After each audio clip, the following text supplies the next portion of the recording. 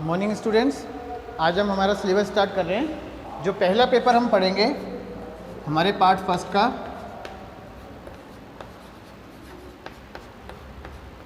BSc part first का जो पहला पेपर हम पढ़ने जा रहे हैं वो है हमारा cell biology, genetics and plant breeding.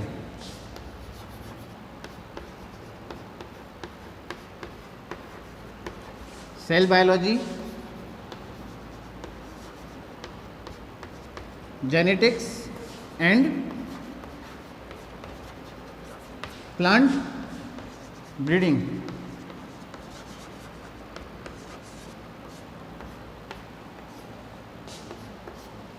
ठीक है, तो हम पहले इसका थोड़ा सा एक बार इंट्रोडक्शन देख लेते हैं कि इस पेपर में क्या क्या हमें पढ़ना है, उसके बाद फिर हम इसको आगे कंटिन्यू करेंगे। ठीक है ना, तो पहले हम एक बार इसका इंट्रोडक्शन देख लेते हैं।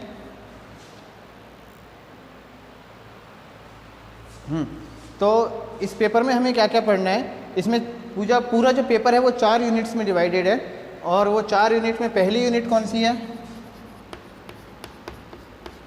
पहली यूनिट है इसमें हमारी सेल बायोलॉजी, स्ट्रक्चर, टाइप और क्रोमोसोम।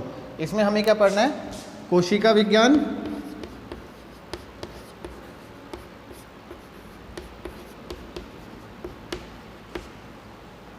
इनकी संरचना, कोशिका की संरचना और कोशिका के प्रकार, कि कोशिका की संरचना कैसी होती है, कोशिका के प्रकार कैसे होते हैं। ठीक है ना, इसके साथ साथ हमें इस यूनिट में पढ़ना है गुणसूत्र, इनकी परिभाषा, गुणसूत्रों के प्रकार, गुणसूत्र, इसकी परिभाषा, गुणसूत्र के प्रकार, गुणसूत्रों की रचना, कि गुणसूत्रों की रचना कैसी होती है और गुणसूत्र में होने वाले परिवर्तन, कि गुणसूत्र में कौन कौन से परिवर्तन होते हैं। ठीक है, ये सब हमें किस में पढ़ना है? ये सब हमें इसमें पढ़ना है पहली यूनिट के अंदर। ठीक है ना, तो पहला भाग है, ये सब हमें इसमें पढ़ना है। जो दूसरी यूनिट है इसमें, उसमें हमें क्या पढ़ना है भाई?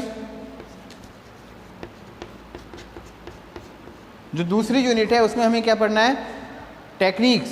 ठीक है, यानी कि तकनीकी, सेल को पढ़ने की, कोशिका विज्ञान में काम आने वाली तकनीकें, कोशिका विज्ञान में काम आने वाली तकनीकें।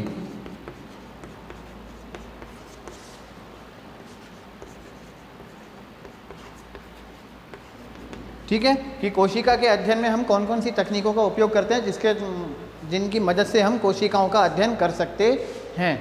ठीक है ना, इसके अलावा हमें इसमें पढ़ना है सेल सिग्नलिंग,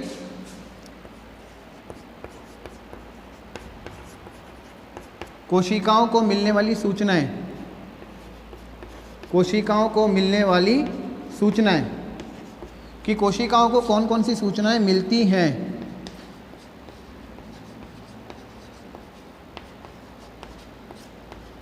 कोशिकाओं को कौन कौन सी सूचनाएं मिलती हैं। ठीक है ना, कि कोशिकाओं को सूचनाएं वास्तव में होता क्या है कि कोशिका जब भी कोई कार्य करती है, कोशिका के अंदर जब भी कोई क्रिया संपन्न होती है, तो वो क्रिया कोशिका अपनी मर्जी से नहीं करती, बल्कि उसे किसी बाहरी पदार्थ से या बाहरी वातावरण से कोई ना कोई सूचनाएं प्राप्त होती हैं।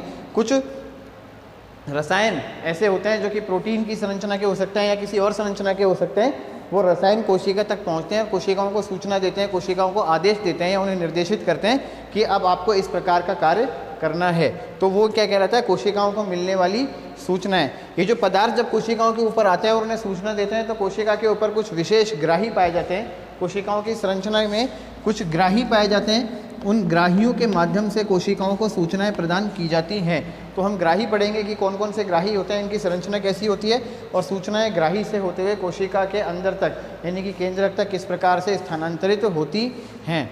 ठीक है ना, इसके अलावा हमें इसमें एक और टॉपिक पढ़ना है इसी यूनिट में,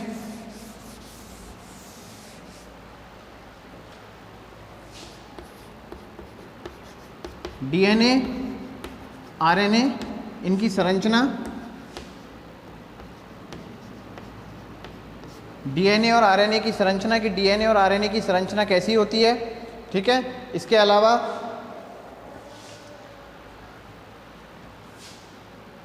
आणविक जीव विज्ञान, आणविक जीव विज्ञान। आणविक जीव विज्ञान में हम क्या पढ़ते हैं कि जो डीएनए होता है वो किस प्रकार से कोशिकाओं को निर्देशित करता है कि कोशिका को क्या कार्य करना है, ठीक है ना। ये सब हम किस में पढ़ते हैं, आणविक जीव विज्ञान में। इसमें हम पढ़ते हैं डीएनए का रेप्लिकेशन, डीएनए का रेप्लिकेशन, डीएनए से आरएनए का बनना, आरएनए का निर्माण, ये कहलाता है डीएनए का ट्रांसक्रिप्शन, और आरएनए से प्रोटीन का बनना, ये कहलाता है ट्रांसलेशन, ठीक है ना। तो ये तीनों पॉइंट हम इस आणविक जीव विज्ञान के अंदर पढ़ेंगे कि डीएनए आरएनए की संरचना क्या होती है, आणविक जीव विज्ञान क्या होता है, डीएनए का किस प्रकार से रेप्लिकेशन होता है यानी कि 1 से 2, 2 से 4 डीएनए का निर्माण होता है, ट्रांसक्रिप्शन यानी कि डीएनए से आरएनए का निर्माण कैसे होता है, और ट्रांसलेशन यानी कि आरएनए से फिर प्रोटीन का निर्माण कैसे होता है। ये सब हम किस में पढ़ेंगे, ठीक है, आणविक जीव विज्ञान में। ये हमारी दूसरी यूनिट थी। तीसरी यूनिट जो है इसमें हमारी वो है जेनेटिक्स की।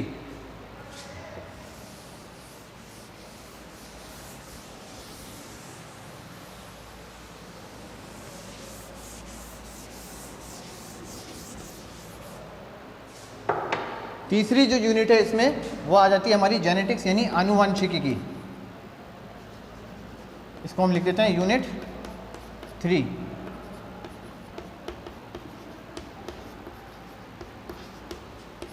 जेनेटिक्स यानी कि आनुवंशिकी की। आनुवंशिकी का क्या अर्थ है, लक्षणों का एक पीढ़ी से अगली पीढ़ी में जाना, लक्षणों का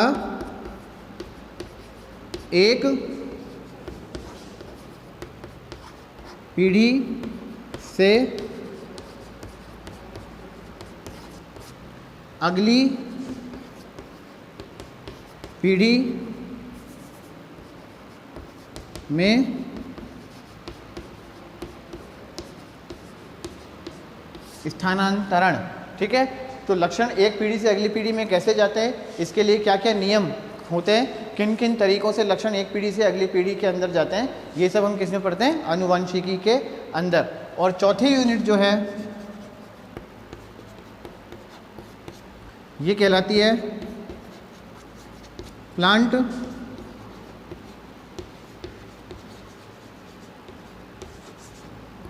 ब्रीडिंग। चौथी यूनिट क्या कहलाती है, प्लांट ब्रीडिंग। प्लांट ब्रीडिंग का अर्थ है कि जब हम नए लक्षणों वाली नई फसलों को या नई किस्मों को किस तरीके से पैदा किया जाता है, वो सब किस में आता है, प्लांट ब्रीडिंग में, ठीक है, पादप प्रजनन में। इसे हिंदी में बोलते हैं पादप प्रजनन, कि नए लक्षणों वाली नई संततियां या नई किस्में किस प्रकार से पैदा की जाती हैं। इसमें हम इसके सिद्धांत पढ़ेंगे कि पादप प्रजनन के क्या क्या सिद्धांत होते हैं। सिद्धांत के साथ फिर हम इसमें पढ़ेंगे आवश्यकताएं, कि पादप प्रजनन की क्या क्या आवश्यकताएं हैं, ठीक है, क्या क्या इसके आवश्यकताएं हैं, और पादप प्रजनन में काम आने वाले प्रयोगों का अध्ययन करेंगे कि किस प्रकार से पादपों का प्रजनन किया जाता है, ठीक है ना। तो ये सब हम इस पूरे सिलेबस के अंदर पढ़ेंगे। पूरा सिलेबस 4 यूनिट के अंदर बटा हुआ है, पहली, दूसरी, तीसरी, चौथी यूनिट। इसमें जो पेपर बनता है वो किस तरीके से बनता है मैं आपको थोड़ा सा बता दूं। ये बहुत ध्यान रखने वाली बात है। आपका जो पेपर आएगा वो 50 नंबर का पेपर होगा।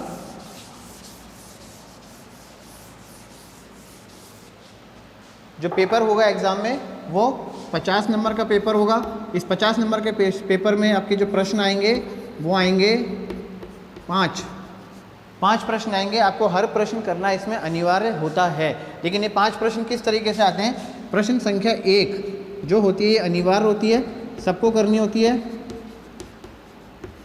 इसमें लघुत्तरात्मक या विकल्पात्मक प्रश्न होते हैं। लघुत्तरात्मक या विकल्प वाले प्रश्न इसमें होते हैं, ठीक है ना। और ये प्रश्न जो पहला प्रश्न है ये पूरे सिलेबस में यानी चारों यूनिट में से मिलकर के बनता है, ठीक है ना। ये प्रश्न करना सभी के लिए अनिवार्य होता है। ये 10 नंबर का प्रश्न होता है। इसके बाद दूसरा प्रश्न जो आता है वो पहली यूनिट में से आता है, लेकिन इस दूसरे प्रश्न में 2 आंतरिक विकल्प होते हैं, ठीक है ना। आंतरिक विकल्प मतलब 2 प्रश्न आते हैं, इन दोनों में से कोई एक प्रश्न हमें करना होता है, आंतरिक विकल्प सहित। यानी कि दूसरे प्रश्न में 2 प्रश्न होंगे और करके आंतरिक विकल्प के साथ होंगे, 2 में से कोई एक प्रश्न हमें करना होगा। तीसरा प्रश्न जो है वो यूनिट 2 में से आता है, इसमें भी ऐसी आंतरिक विकल्प के साथ प्रश्न आता है, ठीक है। 2 में से कोई हमें एक करना है। चौथा प्रश्न ये यूनिट 3 में से आता है, ये भी ऐसे ही आंतरिक विकल्प के साथ हमें करना होता है, ठीक है। और जो 5वां प्रश्न होता है ये भी ऐसे चौथी यूनिट में से आता है, ये भी आंतरिक विकल्प के साथ 2 प्रश्न आते हैं, 2 में से कोई हमें एक करना है। तो मैं फिर से समझा रहा हूँ, कुल प्रश्न जो होंगे 5। पहला प्रश्न अनिवार्य होता है, लघुत्तरात्मक होता है, विकल्पात्मक प्रश्न होता है, और ये प्रश्न पूरे सिलेबस में से चारों यूनिट में से मिलकर के बनता है। बाकी चारों जो प्रश्न होता है, दूसरा, तीसरा, चौथा, 5वां, ये एक एक यूनिट में से आते हैं, लेकिन हर प्रश्न में एक आंतरिक विकल्प होता है, हमें उनमें से कोई एक प्रश्न करना होता है। तो कहने का मतलब ये है कि हमें सारा सिलेबस पूरा पढ़ना पड़ता है, पूरा अध्ययन करना पड़ता है, क्योंकि एक तो पहला प्रश्न पूरे सिलेबस में से आ रहा है, और फिर उसके अलावा हमें जो चॉइस मिलती है, जो इंटरनल चॉइस मिलती है, जो विकल्प हमें मिलते हैं, वो यूनिट में से मिलते हैं, वो यूनिटों में नहीं मिलते, ठीक है ना। तो पहली यूनिट आप पूरी पढ़ेंगे तभी आप ये वाला प्रश्न कर पाएंगे। अब इनमें से आप कौन से 2 में से एक करते हैं, वो आपके ऊपर है कि आपने कौन सा प्रश्न ज़्यादा अच्छे से आता है, ठीक है ना। तो चारों यूनिट हमें पढ़नी पड़ती है अगर हम पूरा का पूरा जो सिलेबस है वो कवर करना चाहते हैं, तो पूरा का पूरा प्रश्न हम आराम से पढ़ना चाहते हैं, तो ठीक है ना। तो ये तो मैंने आपको थोड़ा सा सिलेबस के बारे में बताया, और इसके अलावा मैंने आपको पेपर कैसे आता है ये भी बता दिया। अब हम हमारा जो टॉपिक है, जो शीर्षक है, वो हम स्टार्ट करते हैं। हम आज स्टार्ट कर रहे हैं सेल बायोलॉजी यानी कोशिका विज्ञान से।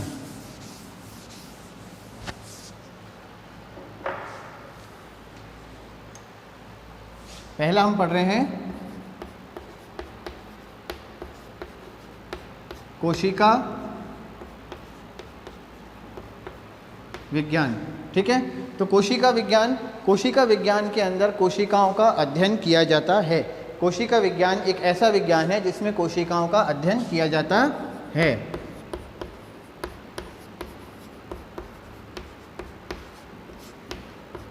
कोशिकाओं का अध्ययन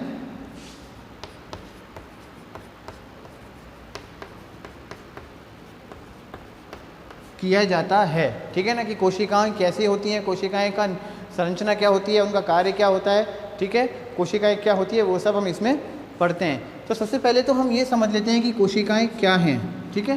कोशिकाएं क्या हैं? कोशिकाओं के बारे में ये कहा गया है कि कोशिका जीवन की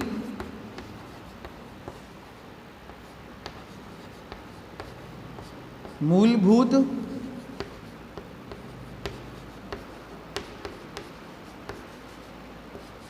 संरचनात्मक व कार्यात्मक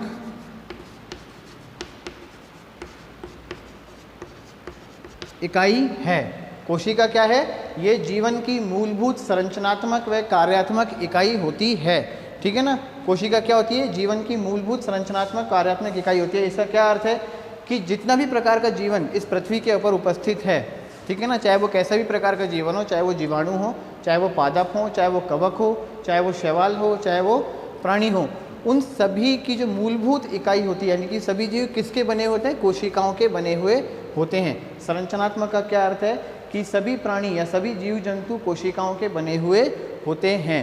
कार्यात्मक का अर्थ क्या है कि कोशिका अकेली एक ऐसी इकाई होती है, ऐसी अंतिम इकाई होती है जिसके अंदर वो सभी क्रियाएं वो हो सकती हैं जो कि एक प्राणी के अंदर, एक जीवित शरीर के अंदर, चाहे वो प्राणियों का शरीर हो, चाहे वो पादपों का शरीर हो, या चाहे वो जीवाणुओं का शरीर हो, किसी भी प्रकार के जीव के शरीर के अंदर जो क्रियाएं होती हैं वो सभी क्रियाएं वास्तव में कहाँ होती हैं? कोशिकाओं के अंदर होती हैं, ठीक है ना। तो मैं फिर से एक बार बता रहा हूँ, कोशिका जीवन की मूलभूत संरचनात्मक व कार्यात्मक इकाई है। संरचनात्मक का अर्थ क्या है कि सभी प्रकार के जीव जंतु अंतिम रूप से किसके बने हुए होते हैं? कोशिकाओं के बने हुए होते हैं। कार्यात्मक इकाई का क्या अर्थ है कि सजीवों के अंदर होने वाली क्रियाओं के लिए कौन उत्तरदायी होता है? कोशिकाएं उत्तरदायी होती हैं। यानी कोशिकाओं के अंदर चलने वाली क्रियाओं की वजह से ही सजीवों के शरीर में क्रियाएं होती हैं। तो ये परिभाषा होगी, कोशिकाएं जीवन की मूलभूत संरचनात्मक व कार्यात्मक इकाई हैं। अब हम कोशिकाओं का थोड़ा सा हिस्ट्री के बारे में देखते हैं।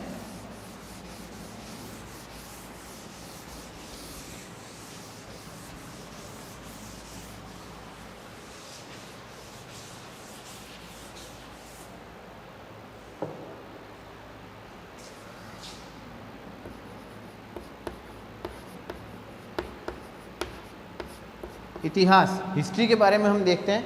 कोशिकाओं के बारे में सबसे पहले किसने बताया था? एक ग्रीक दार्शनिक था, अरस्तु।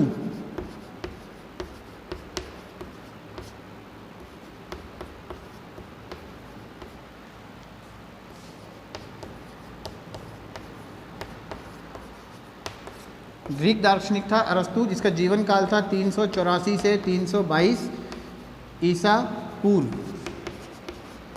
ठीक है, इसने सबसे पहले क्या कहा था कि सभी प्रकार के जीव जंतु, सभी प्रकार के पादप और प्राणी, इसने क्या कहा? सभी पादप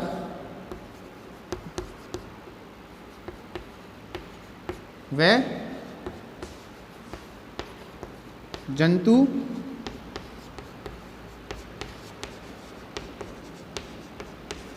कोशिकाओं के बने हुए होते हैं। ठीक है ना, यानी कि सभी पादप और जंतु किसके बने हुए होते हैं? कोशिकाओं के बने हुए होते हैं। वास्तव में इसने कोशिकाएं नाम नहीं दिया था, इसने कहा था सभी प्रकार के पादप व जंतु एक संरचनात्मक इकाई के बने होते हैं।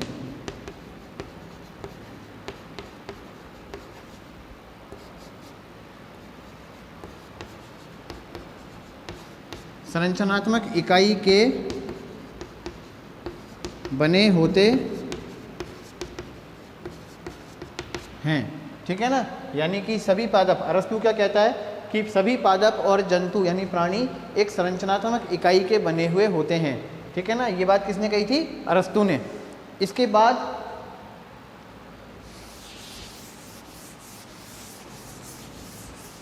एक और वैज्ञानिक आए थे, रॉबर्ट हुक।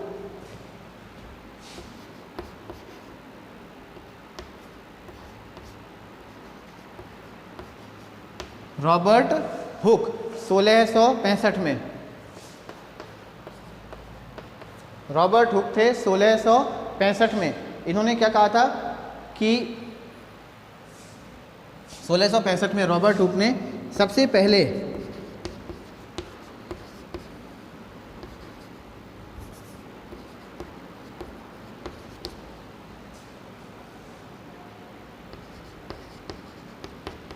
पेड़ की छाल में, इंग्लिश में इसको हम पढ़ते हैं कॉर्क में। ठीक है, कॉर्क में कोशिकाओं को देखा था। कोशिकाओं को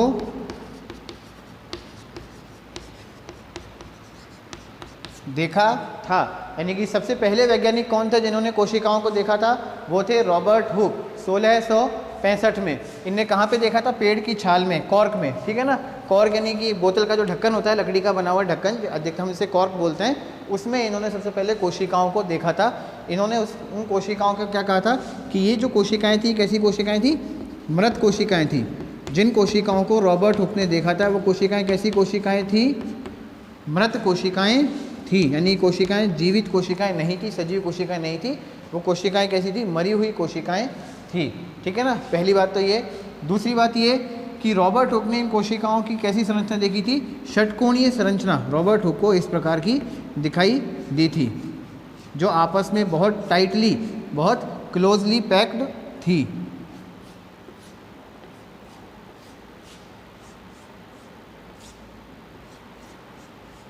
ठीक है ना, रॉबर्ट हुक ने सबसे पहले जो नाम था सेल, वो किसने दिया था? रॉबर्ट हुक ने ही दिया था।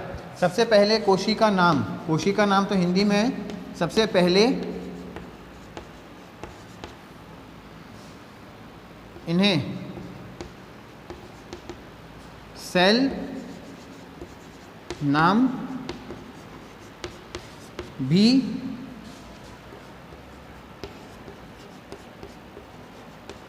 दिया था। ठीक है ना। सबसे पहले इनको क्या सेल नाम किसने बताया था? रॉबर्ट हुक ने, ठीक है ना। तो ये बात आके ख़त्म हो जाती है हमारी। रॉबर्ट हुक ने सबसे पहले पेड़ की छाल में कॉर्क में कोशिकाओं को देखा था। जो कोशिकाएं रॉबर्ट हुक ने देखी थी वो मृत कोशिकाएं थी और रॉबर्ट हुक ने ही इन्हें सेल नाम दिया था। तो अगर एग्ज़ाम में क्वेश्चन पूछा जाए कि सेल नाम किसने दिया था तो उसका नाम क्या है? Robert Hooke. वैज्ञानिक का नाम क्या है? रॉबर्ट हुक, ठीक है। अब बात आती है अगला,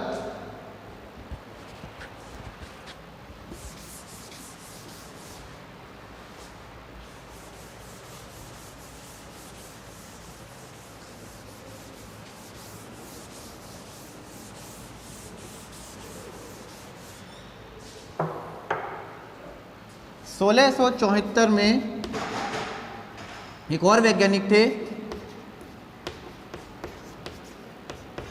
एंटोनी वॉन ल्यूनहॉक। एंटोनी वॉन ल्यूनहॉक 1674 में इन्होंने सबसे पहले जीवित कोशिकाओं को देखा था। जीवित कोशिकाओं को एंटोनी वॉन ल्यूनहॉक ने सबसे पहले देखा था।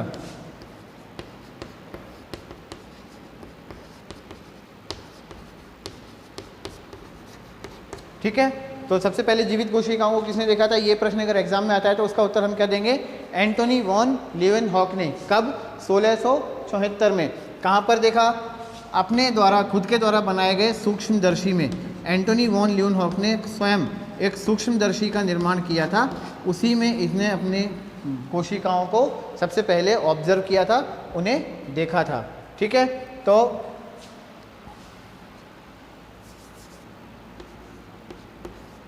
जीवित कोशिकाएं देखी थी। इन कोशिकाओं को उन्होंने नाम दिया, उन्होंने इन कोशिकाओं को नाम दिया था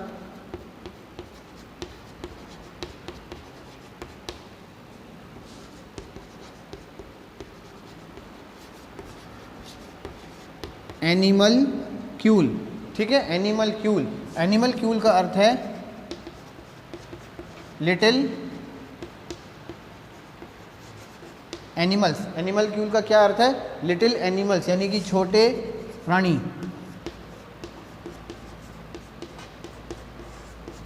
चूंकि ये कोशिकाएं जीवित थी इसलिए इन कोशिकाओं के अंदर गति हो रही थी, तो एंटोनी वॉन ल्यूनहॉक ने क्या समझा कि ये कोशिकाएं जीवित प्राणी है, इसलिए उन्होंने इनको नाम दे दिया क्या? एनिमल क्यूल। एनिमल क्यूल का अर्थ है जीवित प्राणी या छोटे प्राणी। ठीक है ना, तो ये बात आती है यहाँ पे।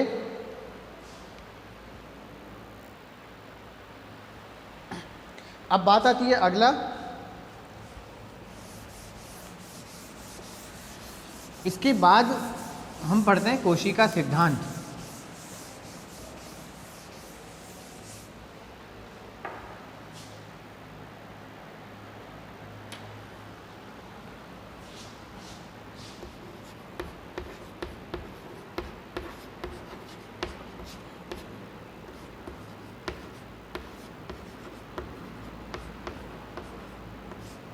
कोशिका सिद्धांत, इसके बाद हम क्या पढ़ते हैं?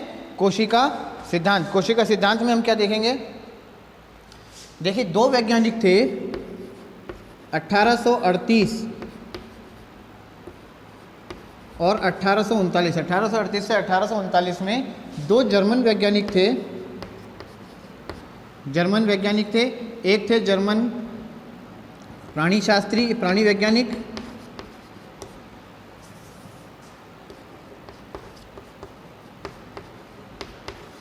जूलॉजिस्ट थे, और दूसरे थे जर्मन पादप विज्ञानी, बॉटनिस्ट थे।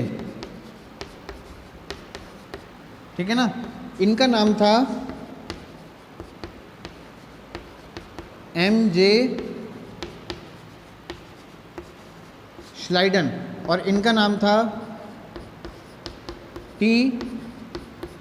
श्वान। इनका क्या नाम था? M.J. श्लाइडन और इनका क्या नाम था? T. श्वान। ठीक है ना, तो ये जो दोनों वैज्ञानिक थे, इन दोनों वैज्ञानिकों ने एक कोशिका सिद्धांत प्रतिपादित किया था। ठीक है, तो उस कोशिका सिद्धांत को हम पढ़ते हैं। इन दोनों वैज्ञानिकों ने कुछ बिंदु बताए थे और उन बिंदुओं के बारे में आज हम माना जाता है कि वो दोनों बिंदु किस नाम से आगे चले? कोशिका सिद्धांत के नाम से।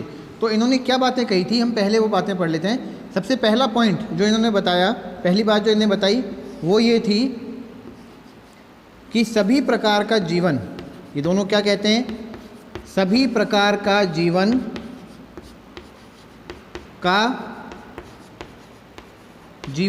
सभी प्रकार का जीवन एक या अनेक कोशिकाओं का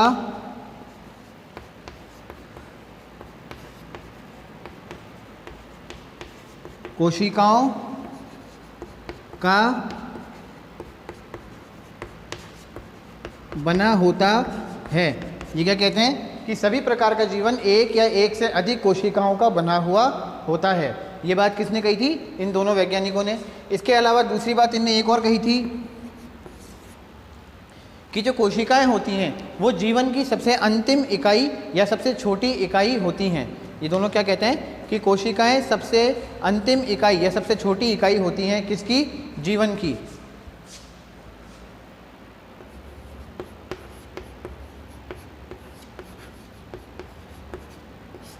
कोशिकाएं जीवन की सबसे अंतिम व छोटी इकाई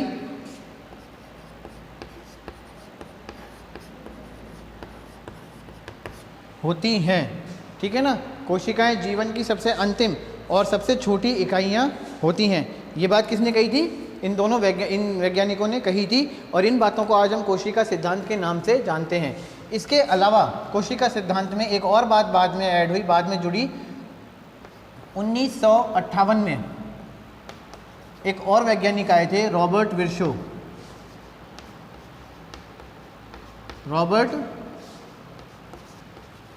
विर्शो। इन्होंने क्या कहा कि कोशिकाएं, ये क्या कहते हैं, मैं नीचे लिख रहा हूँ ये बात, कि कोशिकाएं, पहले मैं बोल देता हूँ कि कोशिकाएं जो होती हैं वो पहले से उपस्थित यानी पूर्व उपस्थित कोशिकाओं से ही बनती हैं। यानी कि क्या कहते हैं कि जो नई कोशिकाएं होती हैं, नई कोशिकाओं का जो निर्माण होता है वो पहले से जो कोशिकाएं उपस्थित होती हैं उनसे ही नई कोशिकाओं का निर्माण होता है। अंग्रेजी में कहलाता है cells are existing from pre existing cells. तो इनका मैं नीचे लिख दे रहा हूँ, आप इसको नोट कर लीजिए। नई कोशिकाओं का निर्माण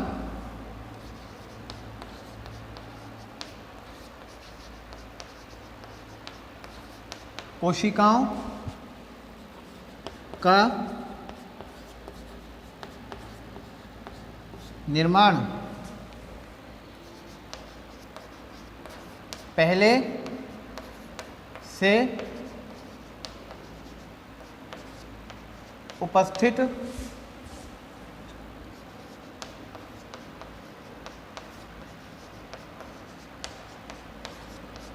कोशिकाओं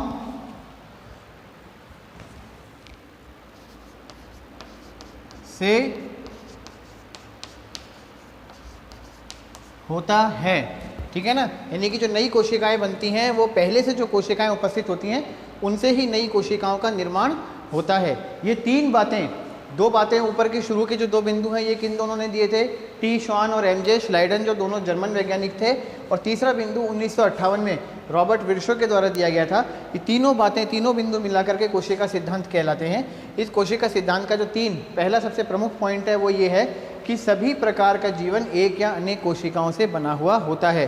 यानी कि जितने भी प्रकार के जीव जंतु इस पृथ्वी के ऊपर हैं वो सभी एक या एक से अधिक कोशिकाओं से मिलकर के बने हुए होते हैं। दूसरी, कोशिकाएं जीवन की सबसे अंतिम व छोटी इकाई होती है। ये इसी पहली बात को ही दूसरे रूप में कहा गया है कि कोशिकाएं जो होती हैं वो जीवन की सबसे अंतिम और छोटी इकाई होती हैं। यानी कि अगर हम किसी भी जीव के शरीर को तोड़ते चले जाएं, विभक्त करते चले जाएं, तो अंतिम जो हमें रूप मिलेगा वो क्या कहलाएगा? कोशिकाएं। उससे छोटा या उससे ज़्यादा विभक्त हम शरीर को और ज़्यादा नहीं कर सकते। ठीक है ना। इसके बाद क्या आता है कि नई कोशिकाओं का निर्माण, तीसरा बिंदु इनके द्वारा दिया गया था, रॉबर्ट विर्शो के द्वारा।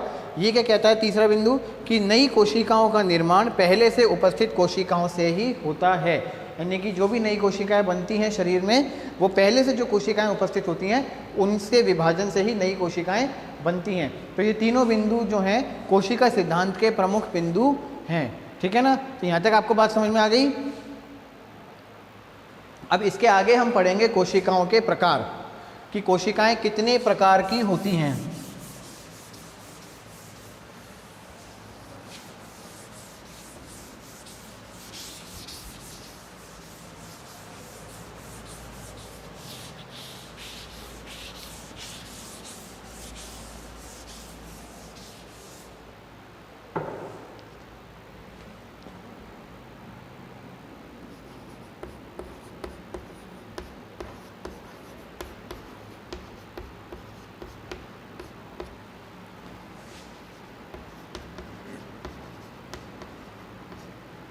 कोशिकाओं के प्रकार, ठीक है, कि कोशिकाएं जो होती हैं वो कितने प्रकार की होती हैं, ये हम आगे अब पढ़ेंगे, ठीक है ना। तो कोशिकाओं के प्रकार में देखिए, कोशिकाओं को उनके उद्भव यानी कि उनकी उत्पत्ति,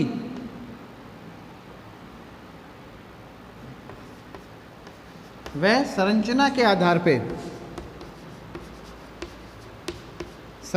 आधार पे दो भागों में, दो प्रकार में बांटा गया है। पहली प्रकार की कोशिकाएं हैं प्रोकैरियोटिक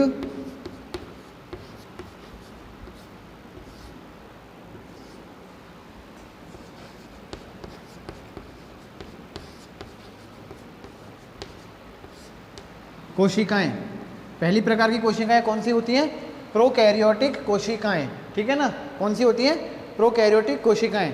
प्रोकैरियोटिक कोशिकाएं और दूसरी होती हैं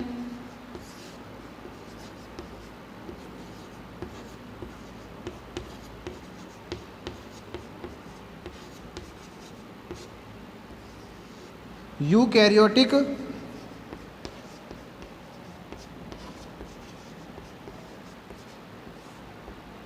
कोशिकाएं। दूसरी कौन सी होती हैं? यूकैरियोटिक कोशिकाएं। प्रोकैरियोटिक कोशिकाएं और यूकैरियोटिक कोशिकाएं, ठीक है ना। अब हम ये दोनों पढ़ते हैं कौन कौन सी होती हैं। देखिए, प्रोकैरियोटिक कोशिकाएं, ये नाम से दिखने में आ रहा है, अंग्रेजी में इसे लिखा जाता है प्रोकैरियोटिक। पहले हम प्रोकैरियोटिक पढ़ेंगे, यूकैरियोटिक उसके बाद पढ़ेंगे, इसलिए मैं नीचे वाला मिटा रहा हूँ, दोबारा इसको लिखेंगे फिर हम। देखिए, ये शब्द प्रोकैरियोटिक शब्द दो शब्दों से मिलकर बना है, प्रो और कैरियन, ठीक है। दो शब्दों से मिलकर बना है, प्रो प्लस कैरियन। प्रो का अर्थ होता है पुरातन और कैरियन का अर्थ होता है केंद्रक।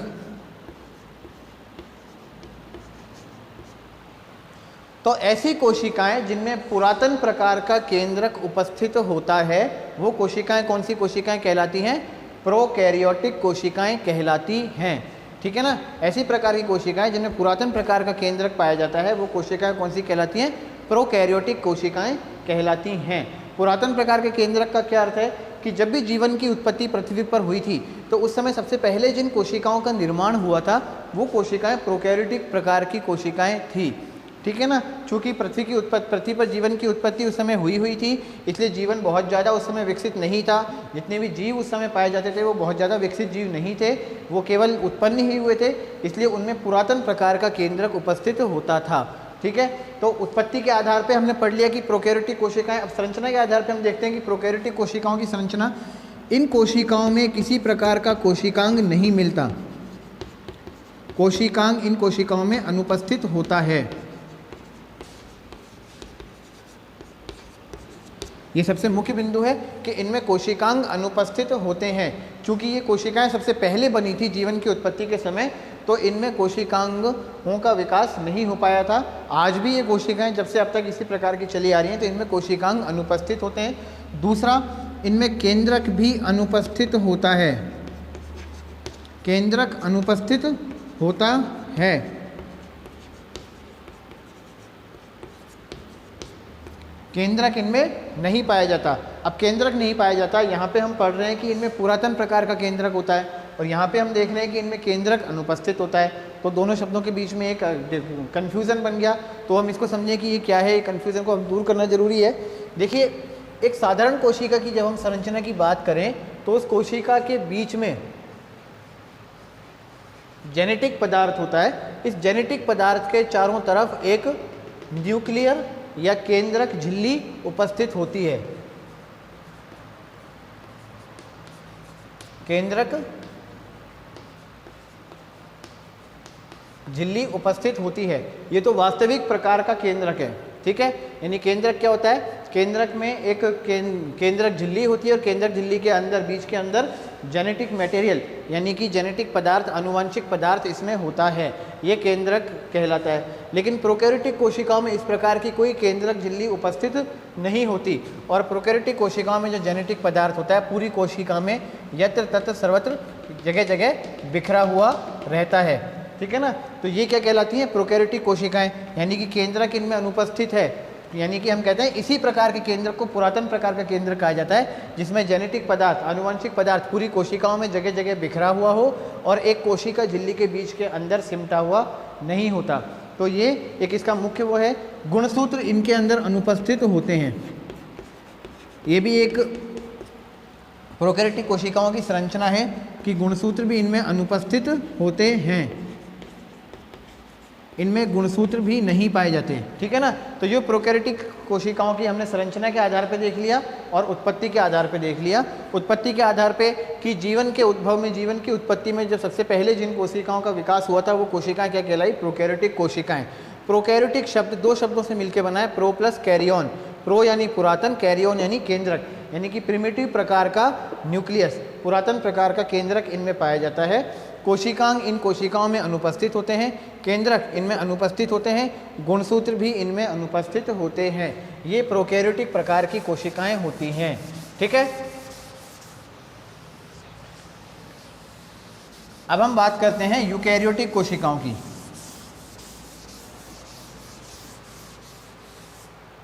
इसके उदाहरण भी अभी हम देखेंगे कि प्रोकैरियोटिक कोशिकाओं के उदाहरण क्या हैं और यूकैरियोटिक कोशिकाओं के उदाहरण क्या हैं, कौन कौन से जीवों के अंदर प्रोकैरियोटिक यूकैरियोटिक कोशिकाएं मिलती हैं। पहले हम इनकी संरचना और उत्पत्ति पढ़ लेते हैं। दूसरी प्रकार की कोशिकाएं हैं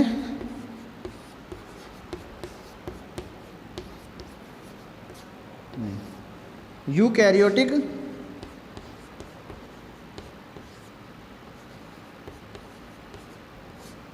कोशिकाएं। दूसरी प्रकार की कोशिकाएं कौन सी होती हैं, यूकैरियोटिक कोशिकाएं। यूकैरियोटिक कोशिका अंग्रेजी में से लिखा जाता है यूकैरियोटिक, ठीक है। ये भी दो शब्दों से मिलकर बना है, यू प्लस कैरियन। यू मतलब नवीन और कैरियन का मतलब केंद्रक, यानी कि जिन कोशिकाओं में नवीन प्रकार का केंद्रक उपस्थित होता है वो कोशिकाएं क्या कहलाती हैं, यूकैरियोटिक कोशिकाएं कहलाती हैं। जीवन की उत्पत्ति में इन कोशिकाओं का निर्माण बाद में हुआ था। पहले प्रोकैरियोटिक कोशिकाएं बनी थी, प्रोकैरियोटिक कोशिकाओं में विकास होने से, उद्विकास होने से इन कोशिकाओं का निर्माण बाद में हुआ। इन कोशिकाओं का निर्माण उत्पत्ति में बाद में होता है, इसलिए ये यूकैरियोटिक कोशिकाएं कहलाई। नवीन प्रकार का केंद्रक इनमें पाया जाता है। जैसे केंद्रक की संरचना हमने यहाँ पे पढ़ी थी कि ये कोशिका के अंदर जेनेटिक मटेरियल, आनुवंशिक पदार्थ एक जगह सिमटा हुआ होता है और इसके चारों तरफ एक न्यूक्लियर झिल्ली या केंद्रक झिल्ली, केंद्रक एनवेलप इसमें प्रेजेंट होता है, उपस्थित होता है। संरचना के आधार पे हम देखते हैं कोशिकांग उपस्थित होते हैं,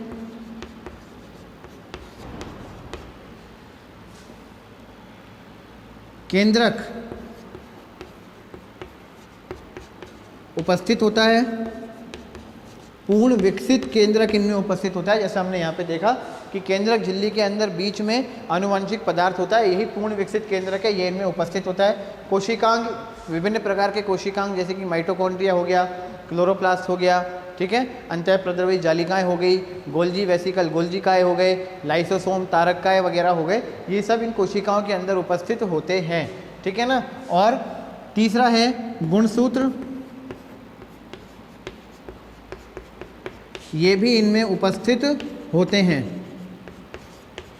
ठीक है ना, गुणसूत्र भी इनके अंदर उपस्थित होते हैं। तो ये दूसरे प्रकार की कोशिकाएं हैं यूकैरियोटिक कोशिकाएं, जिनका उद्भव नवीन केंद्रक जिनके अंदर होता है, जिनकी उत्पत्ति जीवन के उद्भव में बाद में हुई।